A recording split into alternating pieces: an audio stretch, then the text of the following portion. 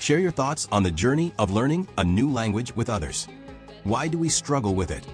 We all learned languages as infants, or rather, we were conditioned to forget that process. Schools often focus on rote memorization and analysis, yet true language acquisition doesn't occur within classroom walls. Children exemplify this perfectly. No formal lessons, no flashcards, no stress, yet they achieve fluency in just a few years. I want to share with you the key to genuinely mastering a language. Grammar can be a hindrance when it comes to language learning. Let's explore why.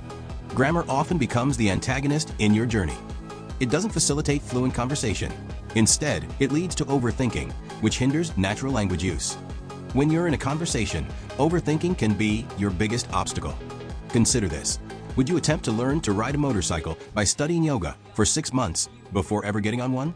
Unless you're aiming to critique others' grammar in a debate, no one really cares if your grammar is flawless. What matters is whether you can ask for the nearest pizza place without sounding like a malfunctioning translation app. So, in the early stages, completely set aside grammar. You will naturally absorb it over time as you advance with this approach. Just actively use the language you aim to learn. But if grammar isn't the key, what is? The answer might seem unconventional. Immerse yourself in an environment where you comprehend nothing at all. But why embrace confusion? Infants start without understanding anything, which is precisely why they learn so effectively. Their minds act like sponges, soaking up context, tone, and repetition effortlessly. You should aim to do the same. Leave your native language behind. Pause the media and translate everything you don't grasp. You'll be surprised at how fast you pick things up, as shows introduce practical vocabulary that you will actually use. Engage with podcasts, music, and art in your target language. It may feel chaotic initially, but your brain thrives on patterns. It's already working to make connections in the background. Trust it. Yes, you will make mistakes, or perhaps mistakenly order 10 beers instead of a glass of water. But those missteps are invaluable. They'll stick with you. Create continuously to master a new language. You may find you comprehend everything yet struggle to speak. The reality is that language learning is rooted in conversation. You don't need to wait to reach a certain level. Truthfully, you'll never feel fully prepared. Start speaking from day one. Imitate phrases. Converse with yourself.